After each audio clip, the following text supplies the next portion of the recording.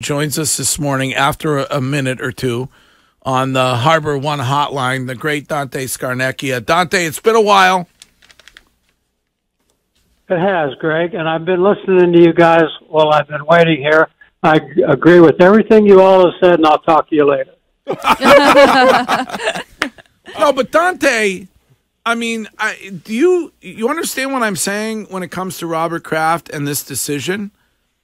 Because yes, you were there for a giant body of work with Bill Belichick, and it was right. It's the most successful body of work ever presented in the league. So if you're going to say goodbye to that, then my belief is that you want more say in what's going on on a day-to-day basis. Do you agree? Yeah, I absolutely do agree, and I think that situation. It's all good when everything's going good, but for the last 4 years, it hasn't gone the way that anybody wants it to go. So at some point, changes are going to be made, and Robert's the guy that owns the team, and it's his choice to move on. So I don't see it any different than any other coach that's lost his job over the last couple months. That's just the way of the world. Dante, when you look at this situation, I think there are a lot of people out there that still believe that Bill can coach in this league. And if that's the case, why wouldn't Robert just say, okay, maybe we're going to get you more help in the GM role where you could focus on coaching and we could still work this thing out where we could keep you as the head coach and you could finish your career here? Yeah, I mean, if it was posed to Bill that way, I think that's completely fair from an ownership standpoint to go ahead and say that, and then it's up to Bill to say, yeah, that's a good idea, or I have a contract that says this is what I'm going to do, and this is how I've been doing it, and it's worked so for a long time, other than not the way we wanted it to work since Tom left, to be honest with you, but. Maybe I don't know what the conversation was between the two guys, but one thinks he's satisfied with the way it is, and the other one's not satisfied with the way it is. So something had to get done. Have you spoken to or been texting with Bill at all since this happened? No. No. Nope. No, I don't. Bill, I love working for Bill for a lot of reasons, and I think that. I'm truly saddened by all of it, that, it's all come to an end, because it was, as you said a few minutes ago, a very, very special time for a long time. But, things have changed, and, it's as I said, this is the way things work in the league. When you're not having the success that you're used to, people are looking to make changes, and that's what happened here. Dante, they tried to present a united front when they spoke to media after it was announced, but knowing Robert and Bill like you do you think that this was as amicable as they tried to make it seem? I think that was the word that was used, and I'll acquiesce to that it was an amicable split. But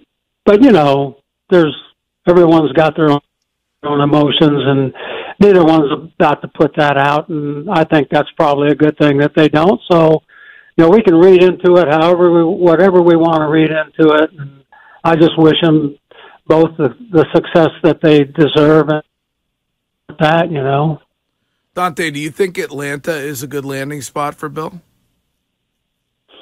I think there's a huge commitment by the owner there he wants to be successful, and you couldn't want a better coach other than Bill to do that.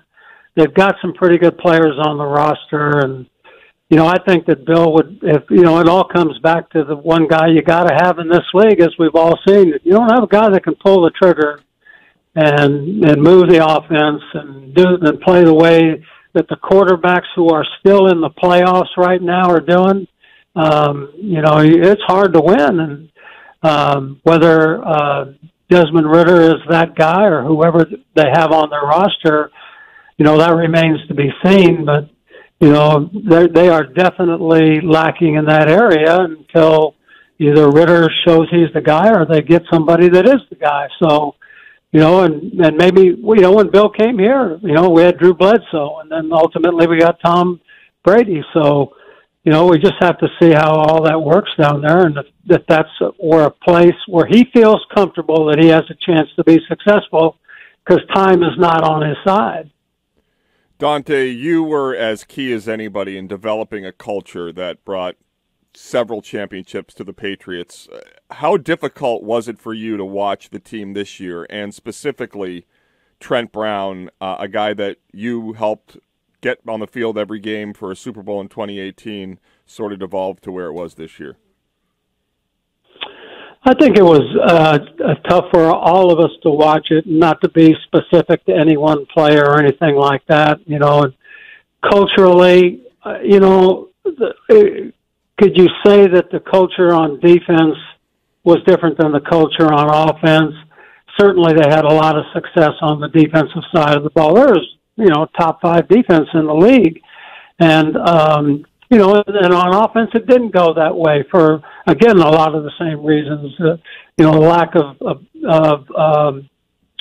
success at the quarterback position and a lot of the positions around him, and whatever it was, an offensive line that was in flux the whole year because of injuries and things like that. So we could all say, it's a bad culture on that side of the ball, talent and cohesiveness and all those other things come into play on having cultural success on that side of the ball. Because if all the pieces are clicking on offense like they were on defense, maybe it's a little bit different or certainly good enough to maintain. But I don't think it's certainly a whole team cultural thing. I think it's the problems are very, very easily defined.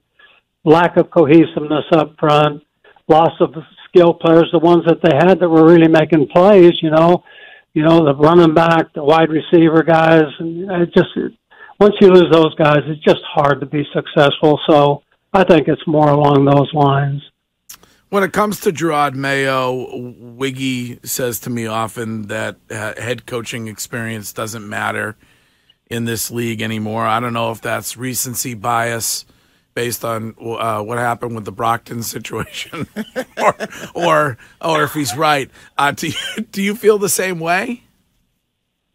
I think that Jerod is a really smart and capable guy, no doubt. Okay, and he's a leader in so many ways. But the thing about it is until you stand on that sideline and decisions have to be made. We're going to take a timeout here. We're going to go for it here on 4th and 1. Are we going to be a team that's, solely goes by analytics like a lot of teams? And we've seen that can be good. We've seen that can be bad. How are we going to practice? How are we going to develop the culture on our team? All those things are part of the head coaching position that none of us know. We all just stand up in front of the team and tell everybody, let's go win some games. It's not that easy. And, watch games on TV, and you see example after example. Why they call timeout here and they're not going to have a timeout when it counts the most at the end of the half or the end of the game. And those things impact games. And I heard Christian say this the other day, the best thing he could do is get somebody up in the box that can help him with, game time decisions, hey, this is a place we can go for it here, or, you don't, take a timeout here, but don't take one here. And those are all things that he has to, experience. And, I wish him nothing but the greatest success in those and hope that they're not too painful, really.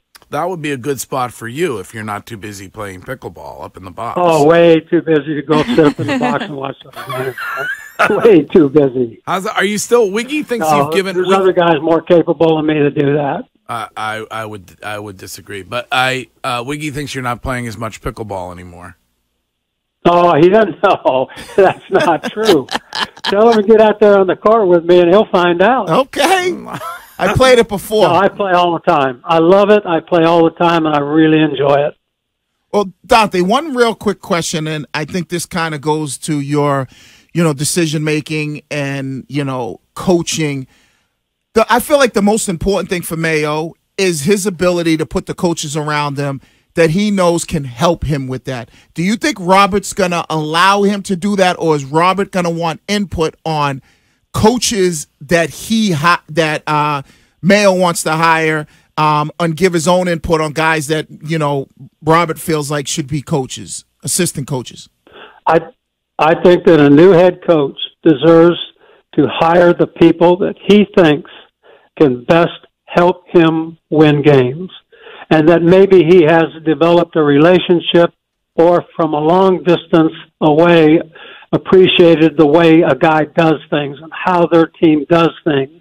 And I know this guy, and I think he's ready to be a coordinator, or this guy's a really good coordinator that, that deserves another chance. Maybe he's been let go or deserves a chance with me because I know the guy. But they deserve the right to hire people that they know and that they think can help them win games. And I think he should be afforded that opportunity, because to take guys in that I want you to have this guy as your defensive line. I don't even know that guy. Okay. And, is he going to buy into the things that we want done? That's an awful good defense with a lot of players that understand how to play it. And if all of a sudden you go in there and bring somebody in where it's not quite fitting the right way, and then you got another problem. So I think he needs to hire his own staff and guys that he can bring in here and that he can trust to do things the way that he wants them done. Dante, now that this era is officially over, with Bill and Tom both gone, if you could distill the Patriot way in those 6 championships, the greatest dynasty in American team sports, why was it so successful for so long? 2 systems on either side of the ball that were in place for a very long time. When Charlie brought the offensive system in, well, let me go make it easier. The defensive system is Bill Belichick's defense. You can say whatever you want. You can say whoever coached it, and we had multiple defensive coordinators that did a great job of it, okay? But it really was the system that Bill was most comfortable with, one. On offense, Charlie came in and implemented a system, Charlie Weiss, and it was a great system, and that system grew through 3 coordinators, Josh twice and Billy O another time. And, it was a situation where, Billy O twice, actually. So the system was in place. When it became a different system was a couple years ago when changes were told they had to be made. But to me, that was the essence of it all. Continuity on offense and defense. This is the way we do things. This is how we do them. And when this happened, and really what that allowed us to do, when the problem came up, we knew how to solve it real fast. And it was that way on special teams, on offense, on defense, with the same guy leading the whole thing throughout the time span. And that's really unheard of. And I think that was a big, big reason for it. Plus, we had a lot of really good players everywhere on the roster. Not the greatest, some guys that are really great, but a lot of guys that just knew their role and bought into it and did everything they could to keep it going. So I think that those are all things that are hard to establish, and certainly they were established here for a long period of time. Well, you said when they were told changes had to be made, that was Robert Kraft in your mind who said that? No, I think I don't know it, but I would suggest I would think that it was Bill to the 2 coordinators, to the guys that were running the offense 2 years ago. That wasn't the same system, and a lot of things changed. And I don't know if they changed back to Billy when he came here, but I do know that, things were different 2 years ago than they were, when Josh was the coordinator, and then Josh left, and then changes were made. That's a fact. I'm not saying anything, out of the building. Just look at it. So, and it's been alluded to on a number of occasions publicly. So, I think that didn't do any good, and I think that's a hard thing to do.